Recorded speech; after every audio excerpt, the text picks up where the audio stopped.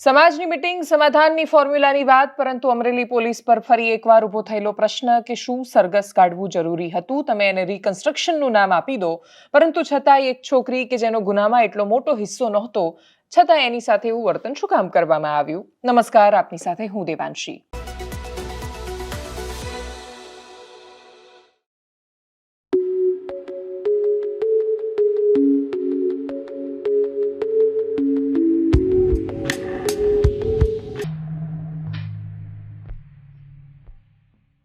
અમરેલીના એસપીનું વર્ઝન કહે છે કે તમે એને ગમે તે નામ આપો, એ જ હતું જે એમના માટે કરવું જરૂરી હતું. જો એફઆઈઆર સંપૂર્ણ સાચી હતી અને છોકરીનો ગુનામાં એટલો મોટો હિસ્સો હતો, તો પછી સમાજમાં સમાધાનની ફોર્મ્યુલા સેટ થાય, બધા જ નેતાઓ એક થઈ જાય, તો પોલીસ શું કામ બાજુ પર રહી જાય? પોલીસે જો એ જ કર્યું જે નિયમમાં લખેલું છે તો પ્રશ્ન પેદા નથી થતો, પણ પોલીસે જો એ કર્યું જે ધારાસભ્યના મનમાં હતું તો પ્રશ્ન છે. પોલીસ જો એ કરે જે સત્તા પક્ષના મનમાં હોય તો એ પ્રશ્ન છે. એ છોકરીએ શું ગુનો કર્યો? અમરેલીની મેટર શું છે? આખો વિવાદ શું છે? વાત શું છે?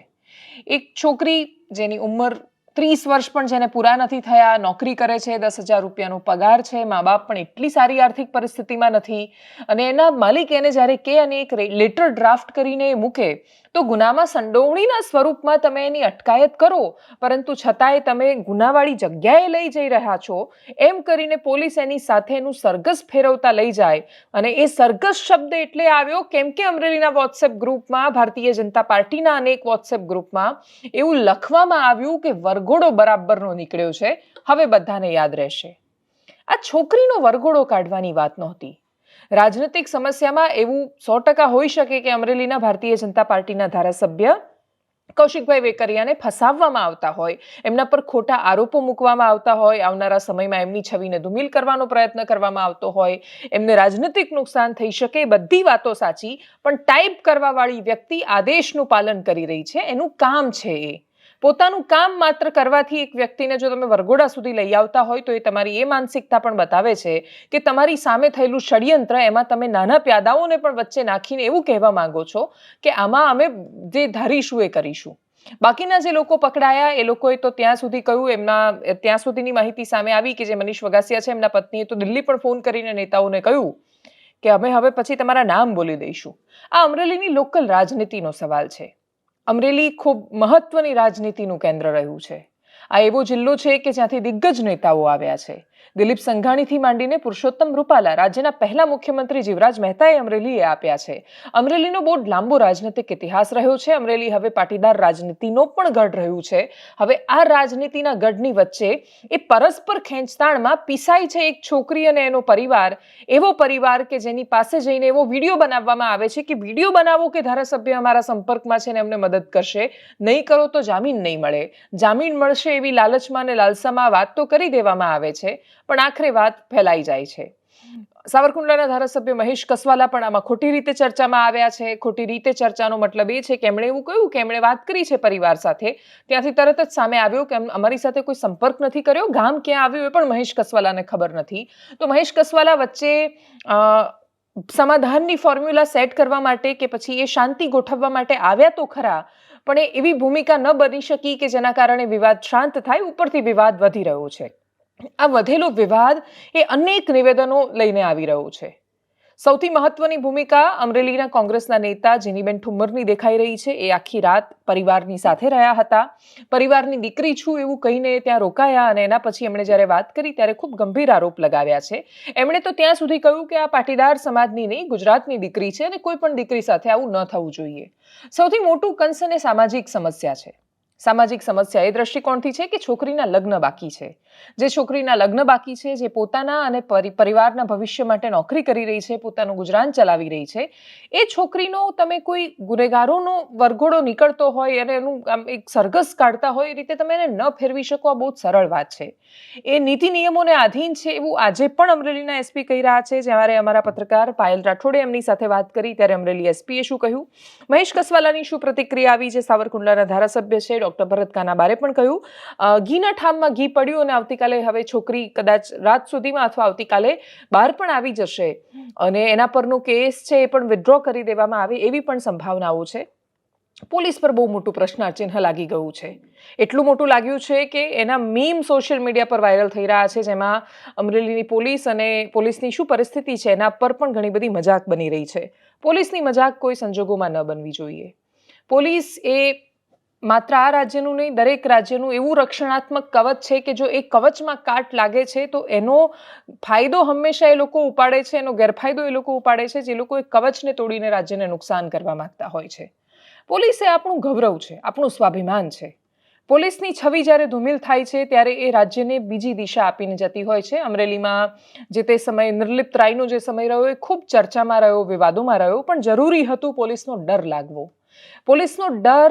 પોલીસનો એ રીતનો ડર કે ખોટું કરીશું તો પોલીસ અમને નહીં છોડે એ પ્રકારનો ડર જરૂરી છે ક્યારેક. એમાંથી બહાર આવેલું અમરેલી, એ ગુનાખોરીના સકંજામાં ફસાયેલું અમરેલી ને એમાંથી બહાર આવેલા વાતાવરણમાં રહેલા માણસો જો આ પ્રકારનું વિચારે કે એક સામાન્ય અપરાધમાં પણ જો એ રાજનૈતિક માણસ છે, એનું પ્રભાવ ને એનું દબાણ છે તો પોલીસ તમને ઘસેડી નાખશે, તો એનાથી સારી છબી તો ઊભી નથી થતી. અમરેલીના એસપી પોતાની વાત પર કાયમ હોઈ શકે છે. કદાચ એમની અનિચ્છા પણ હોય ને ઈચ્છા પણ હોય, એ પણ ખબર નથી. એમણે રાજનૈતિક દબાણમાં પણ કર્યું હોય ને એમને એવું લાગ્યું હોય કે સાચું છે એટલે પણ કર્યું હોય. જે પણ થયું હોય એ થયું ખોટું છે. અને આ સામાજિક દ્રષ્ટિએ, નૈતિક દ્રષ્ટિએ અને રાજનૈતિક દ્રષ્ટિએ ત્રણેય દ્રષ્ટિકોણથી એ છોકરી સાથે આ નહોતું થવું જોઈતું. એ બહુ જ સરળ વાત છે. જેનીબેન ઠુમરે શું કહ્યું, એમના પિતા શું કહી રહ્યા છે, પરેશ ધાનાણીની પ્રતિક્રિયા આવી, નંદ યાજ્ઞિકે પણ કહ્યું છે કે આ મુદ્દાને હવે હાઈકોર્ટમાં લઈ આવશે. સાંભળીએ બધાની પ્રતિક્રિયા સંક્ષિપ્તમાં. મારી દીકરીને જામીન ન મળ્યા બીજે દિવસે, એટલે હું અમરેલી જેલે હતો. ત્યાં મને અજાણી વ્યક્તિનો ફોન આવ્યો કે ભાઈ તમે શીતલ રોડે આવો. ત્યાં હું ગયો એટલે ત્યાં 4-5 વ્યક્તિ બેઠી હતી. ત્યાં મને કહેવામાં આવ્યું કે ભાઈ અમે કહીએ એમ તમે કહો એટલે તમને જામીન મળી જશે. પછી એક ચેતનભાઈ કરીને લાલાવદરના ભાઈ હતા, એણે મને એમ કીધું કે ભાઈ તમે આ કૌશિકભાઈના ફેવરમાં વિડીયો બનાવો એટલે તમને તમારી દીકરી કાલ છૂટી જાય. પણ એ બાબતે મારી પાસે બોલાવડાવ્યું અને એ બાબતે મને કોઈ એણે સહાય કરી નથી. સૌથી પહેલા દીકરીને જ્યારે મળવા ગયા એના ફાધર, ત્યારે ત્યાં કોઈ અજાણ્યા વ્યક્તિનો મારા ફેસબુક ઉપર એમના ફાધરની મેં પોતે જ્યારે મળી ત્યારે આ જ પૂછ્યું કે તમારી ઉપર કોઈ દબાણ છે. એમના દીકરીના પપ્પાએ એવું કીધું કે મારી ઉપર કોઈ દબાણ તો નથી, પણ જ્યારે હું દીકરીને મળવા ગયો ત્યારે મને કોઈ અજાણ્યા વ્યક્તિનો ફોન આવ્યો અને એમણે મને એવું કીધું કે સાંસદનું ઘર અહીંયા છે, તમે ત્યાં પહોંચો જો તમારી દીકરીને છોડાવી હોય તો. એટલે કે ઓફકોર્સ કોઈ પણ ફાધરને એવું લાગે કે મારે દીકરીને છોડાવી, એ તો એ કોઈ પણની છોડાવવાની જ ઈચ્છા હોય. એટલે એ ત્યાં પહોંચ્યા અને જે 5-7 વ્યક્તિઓ હતા એમણે એમ કીધું કે અમે કહીએ એ પ્રમાણે વિડીયો બનાવી દો ને એવું કહો કે અમે તમારી સાથે જ છીએ અને કૌશિકભાઈ તમારી મદદમાં છે, એવું કહેશો તો તમારી દીકરી તમારી ઘરે આવી જશે. એટલે એમને કોઈ પણ બીજી વિચાર્યા વગર તરત જ આ વિડીયો બનાવી દીધો. સાથે જે પણ વ્યક્તિઓ હતા એમણે એનું રેકોર્ડિંગ કર્યું. એટલે હું જ્યારે કાલે પરિવારને મળી ત્યારે એના પપ્પાએ એવું કીધું કે મેં પૂછ્યું કે તમારી ઉપર કોઈ દબાણ છે કે કેમ, તો એટલે દબાણ તો નથી, પણ આવી રીતના મને લઈ ગયા હતા અને આવી રીતના મારો વિડીયો મને કહીને કે તમારી દીકરીને એક પણ દિવસ હું જેલમાં નહીં રહેવા દઉં, તમે પેલા વિડીયો બનાવી દો.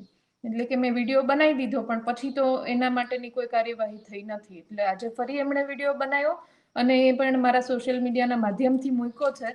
પણ પાયલબેન, સવાલ એ છે, મારો મુદ્દો, કે આ પરિવારની સાથે તમે ને હું ક્યાંક જોડાઈ ગયા છે મીડિયાના માધ્યમથી, હું પોતે રૂબરૂ આવીને, પણ દરેક જગ્યાએ આ થતું આવ્યું છે. એટલે આ રીતની ઘટના હતી. એ સોશિયલ મીડિયાના માધ્યમથી ફરી એમના ફાધરે પોતે સ્વેચ્છાએ આજે સવારે ઉઠ્યા ત્યારે જ એમ કીધું કે એક બેન ફટાફટ વિડીયો બનાવી દો અને કયો કોઈને કે વિડીયો બનાવે કે આવી રીતના ભૂલમાં મને બોલાવીને મારો વિડીયો લેવામાં. બીજું કોઈ દબાણ નથી. કાલે દીકરીને પણ મળી, ખૂબ હિંમતવાળી દીકરી છે, એને પણ અંદર કોઈ પ્રકારની હેરાનગતિ કરવામાં આવી નથી.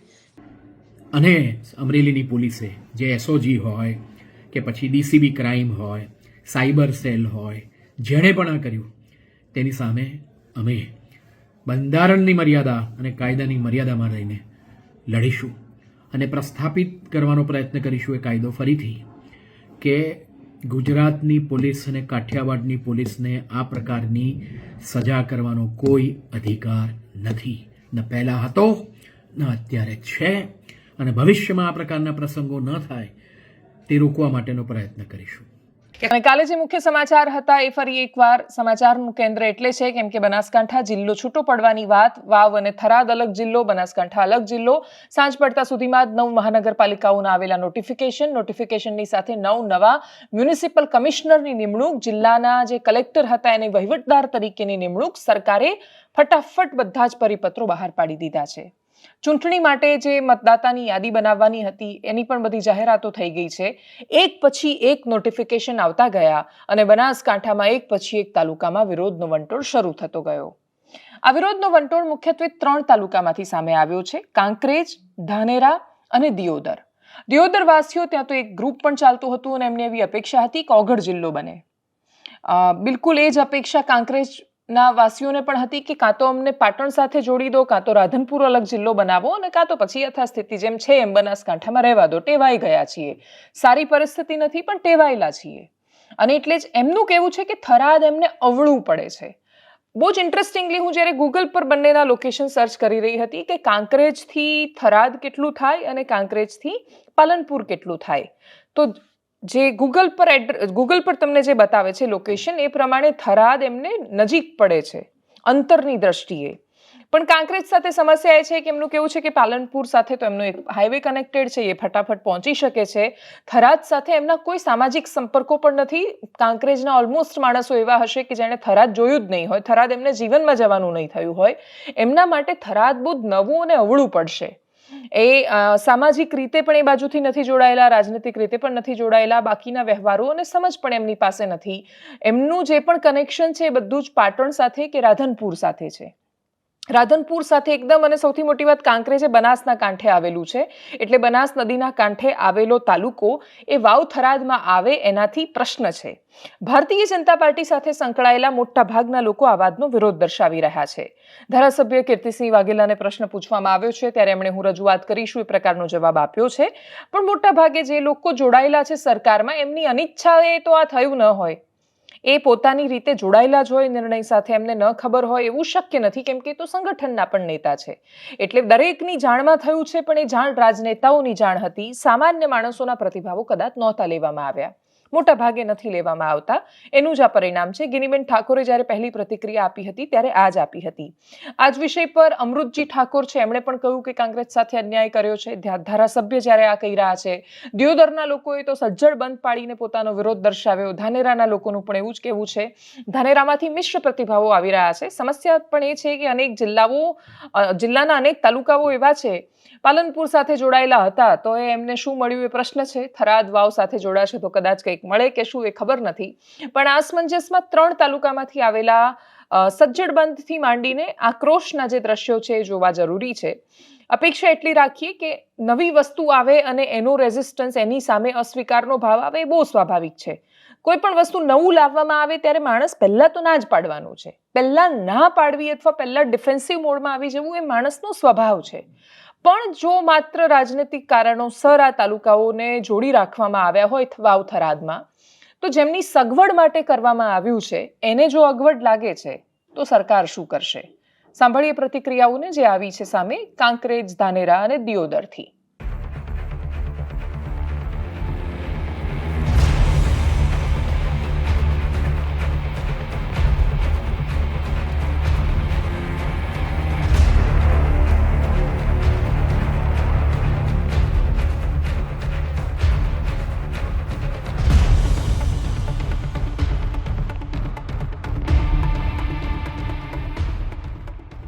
સીએમ સાહેબને મળવા માટેના પ્રયત્ન પણ કર્યા છે, પરંતુ સીએમ સાહેબને મળી શકાણું નથી. પરંતુ મેં સંદેશો મોકલવરાવ્યો છે કે ધાનેરાની પ્રજાને જે વાછોલ, બાપલા અને આ વિસ્તાર છે એ થરાદ છે 80 કિલોમીટરે પહોંચે છે, એટલે ખૂબ મોટું લાંબુ અંતર થઈ જાય છે.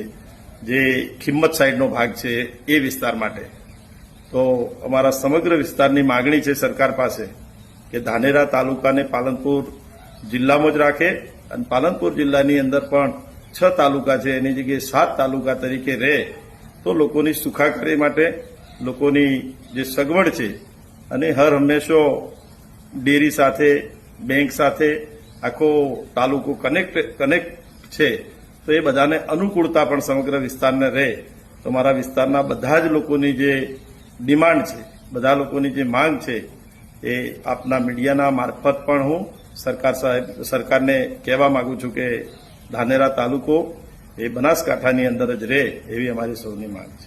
અને હવે છેલ્લે વાત કરીએ દિલજીત દોસાંજની. એક એવા પંજાબી સિંગર, એક એવા સિંગર કે જે માત્ર સ્થાનિક ભાષાના ગાયક કલાકાર ન રહેતા દુનિયાભરમાં એમના કોન્સર્ટ, ભારતમાં અલગ અલગ જગ્યાએ એમના કરેલા શોઝ અને છેલ્લા 2-3 મહિનાથી જે પોતાની ઇન્ડિયા ટૂર એમની ચાલી રહી છે, એમાં અલગ અલગ રાજ્યની સરકારો, નીતિ નિયમોના થયેલા કડવા અનુભવો પછી બૂમો પાડી પાડીને એમણે કરેલી વાતો અને દરેક રાજ્યમાં મોટાભાગની સરકારોને એમણે ઘેરી. પણ એમની કહેવાની વાતને ભારતીય જનતા પાર્ટી સાથે એટલે જોડી દેવામાં આવી કેમ કે એ કિસાન આંદોલનના સમર્થનમાં હતા. ખેડૂત આંદોલનના સમર્થનમાં રહેલા દરેક વ્યક્તિને ખાલિસ્તાની કહી દેવાની એ વખતે ફેશન ચાલતી હતી. એ વખતે માહોલ પણ એ પ્રકારેનો હતો કે બધાને એવું લાગતું હતું કે આ દેશમાં એક જ ઈશ્વર છે અને 400 પાર તો ભારતીય જનતા પાર્ટીની બેઠકો આવી પણ જવાની છે. એ પરિસ્થિતિ અલગ હતી અને એટલે જે પરિસ્થિતિના ભાવાવેશમાં તણાઈને જે લોકોએ નિવેદનો કર્યા એ સ્થિતિ પણ અલગ હતી. દિલજીત દોસાંજ ગુજરાતમાં હતા તો એમણે ગુજરાતની સરકારની પ્રશંસા પણ કરી હતી. પણ જો કે એમણે પ્રશ્ન કર્યો હતો કે ગુજરાતમાં તો દારૂ નથી મળતો. ઓડિયન્સ જે સામે હતી, દર્શકો, એમણે બૂમ પાડીને કહ્યું હતું કે જેટલો જોઈએ એટલો મળે છે. દિલજીત દોસાંજનો બહુ જ સરળ પ્રશ્ન હતો કે દારૂ બધા જ પી રહ્યા છે, બધા જ એ બધું જ કરી રહ્યા છે કે જે થઈ રહ્યું છે એના પર જો હું એ મારા ગીતમાં દારૂ શબ્દ આવે તો મારા પર શોકોઝ નોટિસ શું કામ? એ આરોપ એ કલાકારો પર શું કામ થોપી દેવાના અથવા એમના માથા પર નાખી દેવાના કે તમે સમાજને બગાડી રહ્યા છો? આ બહુ જ લાંબી ચર્ચાનો વિષય છે અને આનું કોઈ એક રીતે કન્ક્લુઝન એટલે નથી કેમ કે કલાકારો કહે છે કે સમાજમાં જે થઈ રહ્યું છે એનું પ્રતિબિંબ અમારા ગીતોમાં છલકાય છે. તો સમાજ કહે છે કે તમારા ગીતોના કારણે સમાજ બગડે છે. આ વર્તુળમાં આવતી પ્રક્રિયા છે. મરઘી પહેલા કે ઈંડું એ પ્રકારની વાત છે. કલાકારોએ થોડી સામાજિક જવાબદારી નૈતિકતા સાથે નિભાવવી જ પડે, એમાં કોઈ જ શંકાને સ્થાન નથી.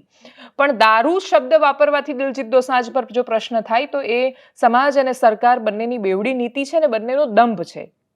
દારૂ પીવાતો હોય ને કોઈ વ્યક્તિ જો દારૂ પર ગીત લખે છે તો પછી એનો કોઈ સવાલ રહેતો નથી. આ પ્રકારના સવાલોની આજુબાજુ દિલજીત દોસાંજ ઘેરાયેલા રહ્યા. ગુજરાતમાં એમણે પ્રશંસા કરી તો કર્ણાટકમાં એમણે સરકાર પર પ્રશ્નો પણ કર્યા હતા. અલગ અલગ રાજ્યમાં અલગ અલગ વિવાદની વચ્ચે દિલજીત દોસાંજે છેલ્લે એવું કહ્યું કે મારે ઇન્ડિયામાં આ પ્રકારના કોન્સર્ટ કરવાનું જ બંધ કરી દેવું છે કેમ કે ઇન્ફ્રા જેને સપોર્ટ નથી કરતું. અને પછી સરપ્રાઇઝ 1 તારીખે નવા વર્ષના પહેલા દિવસે પ્રધાનમંત્રી મોદીને મળવા માટે પહોંચ્યા હતા દિલજીત દોસાંજ. સૌથી પહેલા જે વિડીયો સામે આવ્યો, કરીએ એના પર નજર.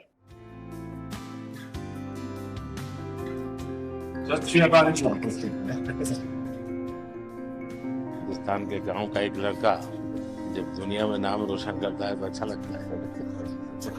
आपके परिवार ने अपना नाम दिलजीत रखा तो आप जीतते ही जाते हो लोगों को. हम पढ़ते थे कि मेरा भारत महान. जब मैं भारत घूमा ना जी पूरा तो मेरे को पता चला ये क्यों कहते हैं मेरा भारत महान. सचमुच में भारत की विशालता एक अपना शक्ति है.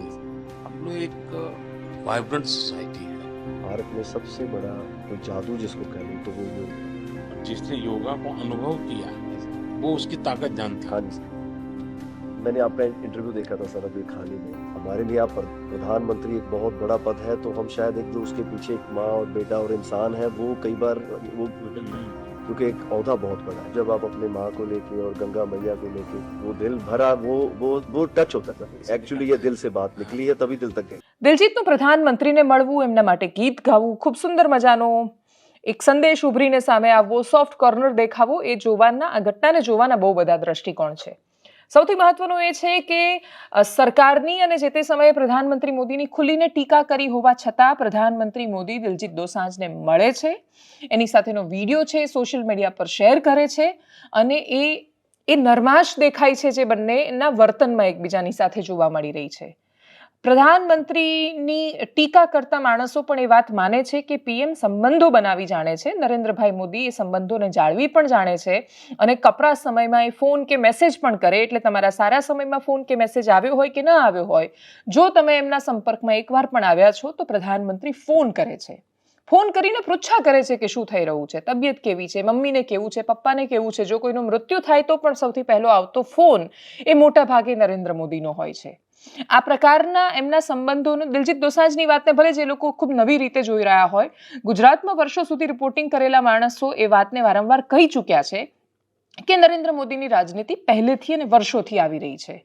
એટલે માત્ર નફરત કે પછી એ દ્રષ્ટિકોણથી જે રીતે આખી વાતને મૂકવામાં આવી એ વાતને એટલે અવકાશ નહોતો. દિલજીત દોસાંજનું પ્રધાનમંત્રીને મળવું એ ખૂબ સ્વાભાવિક હતું. પણ આ વાતો સ્વાભાવિક એટલે ન રહી અને સૌથી વધારે આખી આ ચર્ચામાં કંગના રનૌત એટલે ચર્ચામાં આવ્યા, કેમ કે હમણાં હિમાચલ પ્રદેશના મંડીથી સાંસદ બનેલા કંગના રનૌત જ્યારે માત્ર અભિનેત્રી હતા, ભારતીય જનતા પાર્ટીમાં જોડાયા નહોતા, બોલિવૂડના ખૂબ પ્રખર ટીકાકાર હતા અને પોતાની જ ઇન્ડસ્ટ્રીમાં રહીને ઇન્ડસ્ટ્રીના દૂષણો વિશે વાત કરવી એ ખૂબ મહત્વની વાત હતી અને કપરી પણ વાત હતી જે કંગના રનૌત કરી રહ્યા હતા. પણ પછી જ્યારે માણસ ટીકા કરવામાં એ રસ્તો ભટકી જાય ત્યારે એ કોઈને પણ આતંકવાદી કહી શકે છે.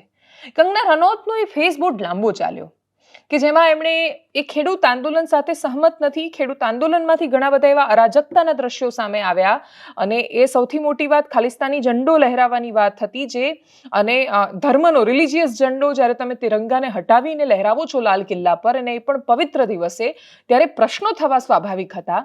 પણ એના કારણે તમે એની સાથે જોડાયેલા વ્યક્તિ માત્રને ખાલિસ્તાની નથી કહી શકતા. દિલજીત દોસાંજ અને કંગના રનૌતની ટ્વિટર પર ખૂબ લાંબી એવી વાતચીતો ચાલી હતી, જે વાતચીતો તો હતી નહીં, વિવાદો હતા, એકબીજા માટે ખૂબ ખરાબ શબ્દો વાપરવામાં આવ્યા હતા. કોઈને કોઈનો પાલતુ કહી દેવાનો, દલાલ કહી દેવાનો, એકબીજા માટે પ્રકારના શબ્દો આ બંને કલાકારોએ જાહેર માધ્યમોમાં વાપર્યા, એકબીજા માટેના પબ્લિક સ્ટેટસ મૂક્યા કે જે લોકો માટે ચર્ચાનો વિષય બન્યો. દિલજીત દોસાંજે પણ કંગના રનૌતને જો કે ખુલીને જવાબો આપ્યા, પણ ખુલીને આપેલા જવાબો પછી કંગના રનૌત સાંસદ બન્યા. સાંસદ બનતાની સાથે એમની ફિલ્મ ઇમરજન્સી અટકી ગયેલી છે. એ પોતાની ફિલ્મ પણ નથી પાસ કરાવી શક્યા એવું ઘણા બધા લોકો કહી રહ્યા છે કે કંગના કદાચ જો સાંસદ ન હોત તો આ વિવાદ એટલો ચગ્યો ન હોત.